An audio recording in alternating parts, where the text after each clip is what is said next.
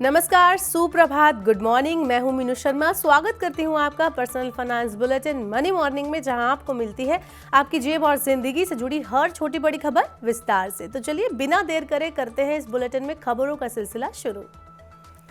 भारत सरकार ने कम import duty पर एडिबल ऑयल के आयात की सुविधा को 1 साल के लिए बढ़ा दिया है। Crude palm oil, crude sunflower oil और क्रूड सोया ऑयल पर कम इंपोर्ट ड्यूटी की सुविधा इस साल मार्च में खत्म होने वाली थी, लेकिन अब मार्च 2025 तक कम इंपोर्ट ड्यूटी पर एडिबल ऑयल का आयात होता रहेगा।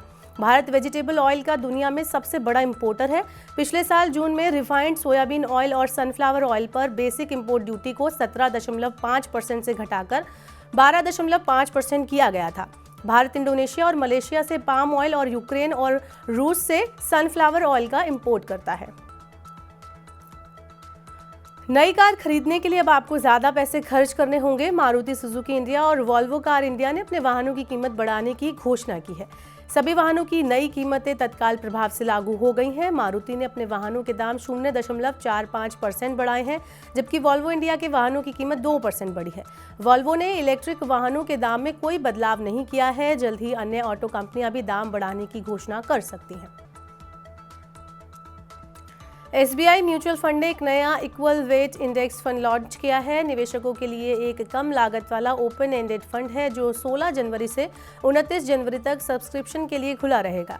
इस स्कीम का इन्वेस्टमेंट ऑब्जेक्टिव निफ्टी इंडेक्स में शामिल सिक्योरिटीज के टोटल रिटर्न के बराबर निवेशकों को रिटर्न प्रदान करना है।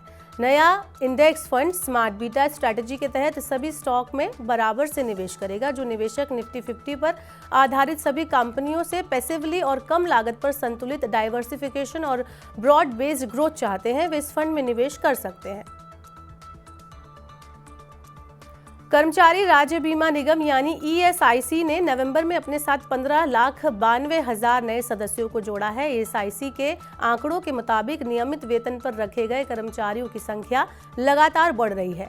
इससे सामाजिक सुरक्षा का दायरा भी मजबूत हो रहा है। नवंबर महीने में युवाओं के लिए ज्यादा नौकरियों का सृजन हुआ। नए सदस्यों में 25 साल के 7,47,000 कर्मचारी शामिल हैं। इस दौरान 3,17,000 महिलाओं को नौकरी पर रखा गया। अब खबर दिल्ली में रहने वालों के लिए है। ऑटो रिक्शा बुकिंग ऐप नम्मा यात्री ने अपनी सेवाएं राजधानी में शुरू कर दी हैं। दिल्ली के ट्रांसपोर्ट मंत्री कैलाश गहलोत ने इसकी शुरुआत की।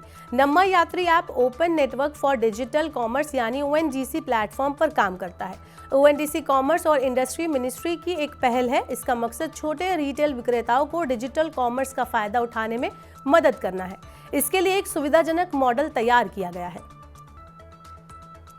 1 अप्रैल से बैंक और NBFC लोन डिफॉल्ट होने पर दंडात्मक शुल्क नहीं लगा पाएंगे। फेयर लैंडिंग प्रैक्टिस पर नए नियम 1 अप्रैल से लागू होने जा रहे हैं। इन नियमों का मकसद बैंकों और NBFC को दंडात्मक शुल्क के माध्यम से कमाई करने से रोकना है। राजस्व बढ़ाने के एक साधन के तौर पर बैंक और NBFC कर्ज भुगतान में चूक पर दंडात्मक शुल्क लगाते हैं, लेकिन नए नियमों के बाद बैंक और NBFC केवल उचित दंडात्मक शुल्क ही लगा सकेंगे। दंडात्मक शुल्क सिर्फ भुगतान चूक वाली राशि पर ही लगेगा और ये तर्कसंगत होगा। घर खरीदारों की शिकायतों का तेजी से निपटान करने के लिए यूपी रेरा ने प्री हियरिंग स्क्रूटनी शुरू की है। इसका मतलब है कि अब शिकायत पर सुनवाई शुरू होने से पहले रेरा शिकायत संबंधी सभी डॉक्यूमेंट्स की जांच करेगा और कुछ कमी होने पर उन्हें सुनवाई से पहले ही पूरा करने का मौका दिया जाएगा। इससे शिकायतों के निपटान में तेजी आएगी। इस कदम से घर खरीदारों को बार बार डॉक्यूमेंट्स अपलोड करने की जरूरत नहीं होगी। यूपी रेरा का लीगल डिवीजन नई शिकायतों और उसके अटैचमेंट की जांच करेगा।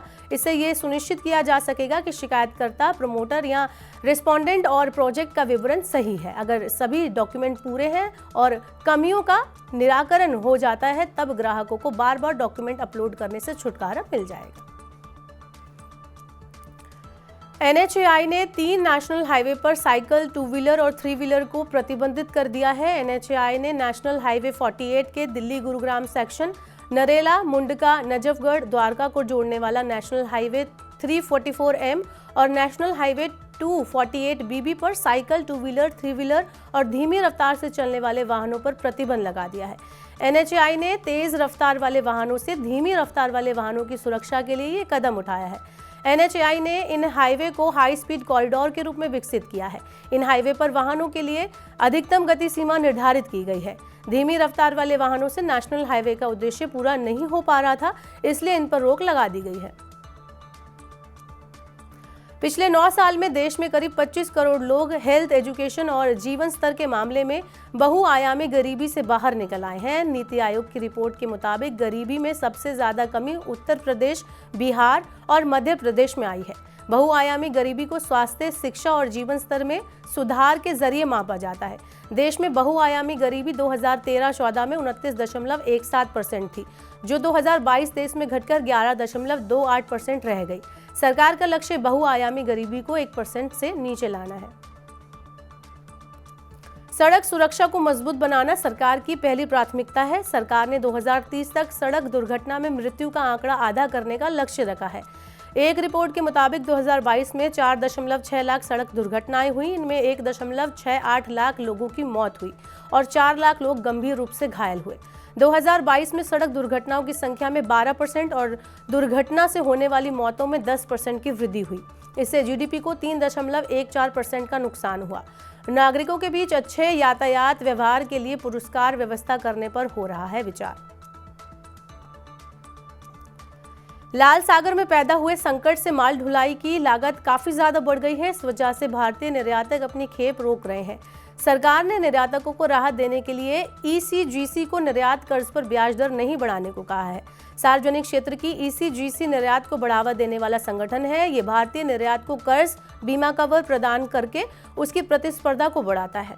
लाल सागर में हुती आतंकवादियों के हमलों के कारण जहाजों को केप ऑफ गुड होप से जाना पड़ रहा है। इससे यात्रा समय लगभग 14 से 20 दिन बढ़ गया है और माल ढुलाई और बीमा लागत भी अधिक बैठ रही है। तो आज के मनी मॉर्निंग के बुलेटिन में बस इतना ही। अपने काम की जरूरी खबरें देखने और समझने के लिए सब्सक्राइब करें हमारे यूट्यूब चैनल को।